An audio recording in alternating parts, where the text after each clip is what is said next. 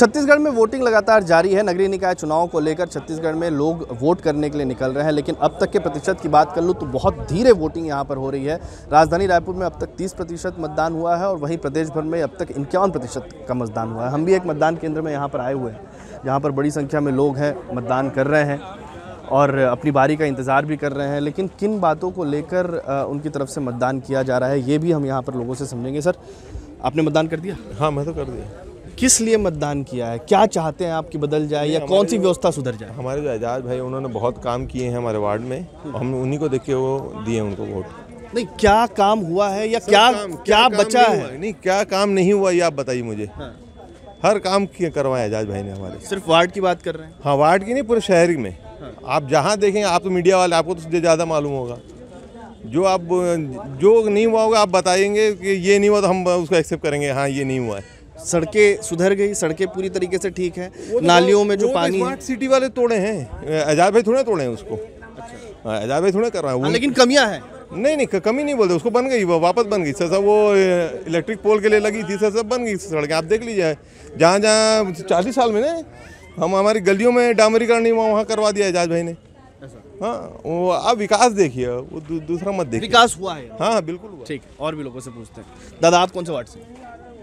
हम है यही वार्ड से। नाम बताइए। नेहरू नगर वार्ड से। समस्याएं क्या थी जो सुधर गई और जो सुधरनी बाकी? ऐसा तो मैं समझता हूँ कि 80% समस्या खलास हो गई है और जो बचा है 20% वो इस समय के ऊपर बिल्कुल सुधार आ क्या बचा है? सड़कें बची हुई है, नालियाँ बची हुई है, सफाई व्यवस्था? सड़कें तो सब बेहतरीन हो गई है। जैसे कई विकास के काम रहते हैं वो थोड़ा बहुत बचे हैं, 20% वो पूरे हो जाएंगे। अब लगता है कि बेहतर काम हुआ इससे पहले? नहीं, अरे वाह, एजाज हेबर ने जो काम किया है, एक बात बता रहा हूँ, मेयर जिस टाइप के ऊपर था, लोगों को ऐसा लग रहा था कि रोड खोद दी गई है।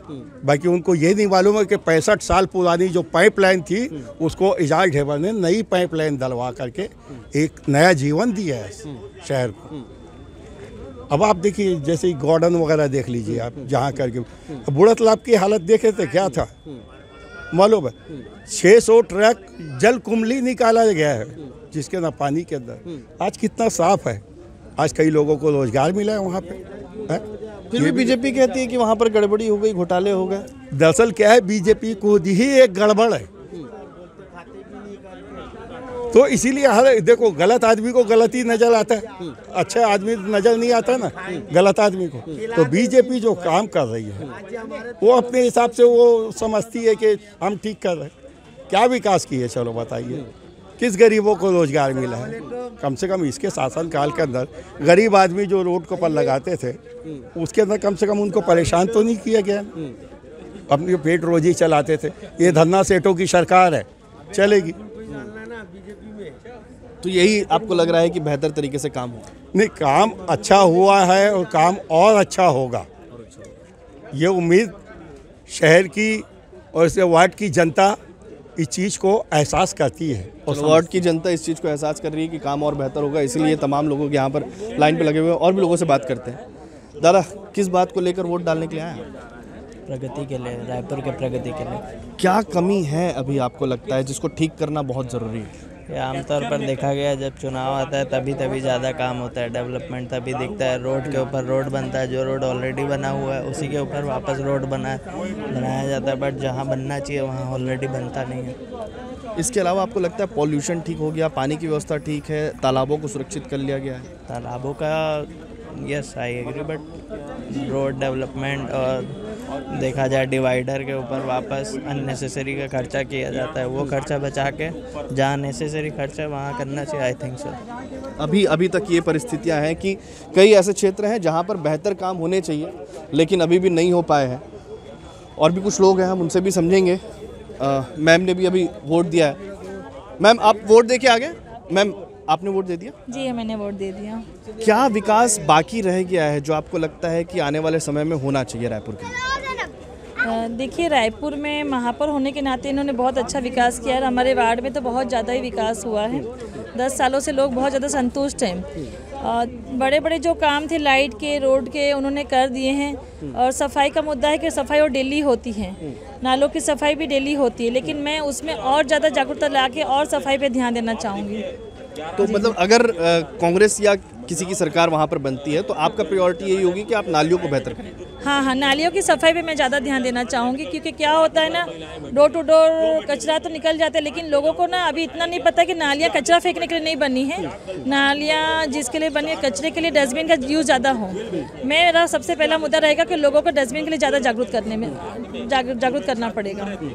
तो ये इनका कहना है कि बहुत जल्दी से इनको जागरूकता की ज़रूरत है। जागरूकता के साथ में क्या होगा, किस तरीके से जागरूक, और अब तक क्या कुछ रह गया है ये भी हम समझेंगे, क्योंकि इससे पहले जब बीजेपी लगातार ये कह रही थी कि जिस तरीके के कांग्रेस ने काम किए हैं उसमें कहीं ना कहीं गड़बड़ियाँ रह गई है, उसमें कहीं ना कहीं बड़े पैमाने पर भ्रष्टाचार हुआ है और उसका असर इस चुनाव पर देखने को मिलेगा। वहीं दूसरी तरफ बीजेपी का भी ये जो कहना है वो कांग्रेस का आरोप है कि कांग्रेस की तरफ से जो पहले ईवीएम की बात कही गई, उसके बाद फिर मुद्दों की बात कही गई और अब भी कई मशीनें यहाँ पर खराब हो रही है, लोगों को ज़बरदस्ती जेल में डाल दिया जा रहा है। ये तमाम ऐसे आरोप है जो फिलहाल कांग्रेस की तरफ से लग रहे हैं। लेकिन सवाल ये है कि जो आरोप लग रहे हैं उन आरोपों पर किस तरीके से बेहतर जो काम है वो यहाँ पर हुआ, ये तमाम बातें यहाँ पर होगी।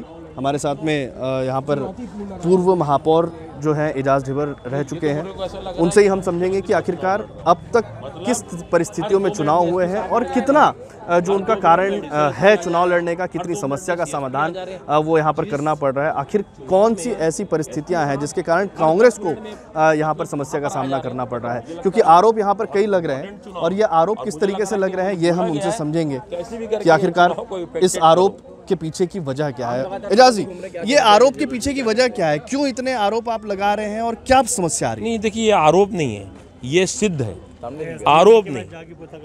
आरोप नहीं है, ये सिद्ध है। मैं तो आपको बोलना चाहूँगा कि आप एसडीएम जाओ, एडीएम के पास जाओ, 11 आदमी को क्यों उठा लिया गया? सब आदमियों को फ़ोन किया जा रहा है। मेरे कम से कम 15 आदमी को फ़ोन कर दिया गया कि तुम वहाँ से हट जाओ, तुम्हारी शिकायत है, तुम वहाँ से हट जाओ, तुम्हारी शिकायत है। मैं नाम लेके बोल रहा हूँ, सुरेंद्र पाठक जी के द्वारा ये फ़ोन किया गया है। जो कोतवाली में एसआई है उनके द्वारा कम से कम कल 20 लोगों को फ़ोन लगाया गया, आपकी शिकायत है, वहाँ से हट जाओ। ये क्या हो रहा है? मतलब ये डराया जा रहा है, धमकाया जा रहा है, चमकाया जा रहा है। और सबसे बड़ी बात ये है कि चुनाव में भी आप जाके देखो, हम लोग जाते हैं, हमारे पीछे 25 टोंक पुलिस आती है, वो जाते हैं तो उनको पुलिस वाले कोई कुछ नहीं, जाके वो लोग वोट भी कर रहे हैं, फर्जी वोटिंग भी कर रहे हैं, जो कर रहे हैं वो कर रहे हैं वो लोग। मगर मुझे लगता है ये सब के बावजूद भी मैं चुनाव को जीतूंगा। ये जनता क्या कंफ्यूज हो रही है? ये तमाम बातें जो आप कह रहे हैं, बीजेपी जो बातें कह रही है कि भ्रष्टाचार ज़्यादा हुआ है, एजाज ढिबर के कार्यकाल में बहुत सही तरीके से काम नहीं हुआ, यार ये लोग इसकी जांच क्यों नहीं करा लिए? 14 महीने तो उनकी सरकार थी ना, 14 महीने मेरी सरकार तो नहीं थी ना। जांच करा लेना यार, जांच करा ले। जब इतनी सारी इनके पास तो एजेंसी हैं, सब एजेंसी तो हम लोग के घर में आ चुकी, एक आध एजेंसी और भेज के हमारी जांच करवा ले यार। हम थोड़ी मना कर रहे हैं, दूध का दूध और पानी का पानी हो जाएगा। बिल्कुल, ये एजाज ढिबर तैयार है हर जांच के लिए, ये उनका कहना है। अगर गड़बड़ियां थी तो वाकई में इसका जांच होना चाहिए था, लेकिन ये देखना दिलचस्प होगा कि जनता पर इसका क्या कुछ असर होता है और जनता इन बातों को किस तरीके से लेती हुई नजर आती है। छत्तीसगढ़ से TV9 के लिए अमित मिश्रा।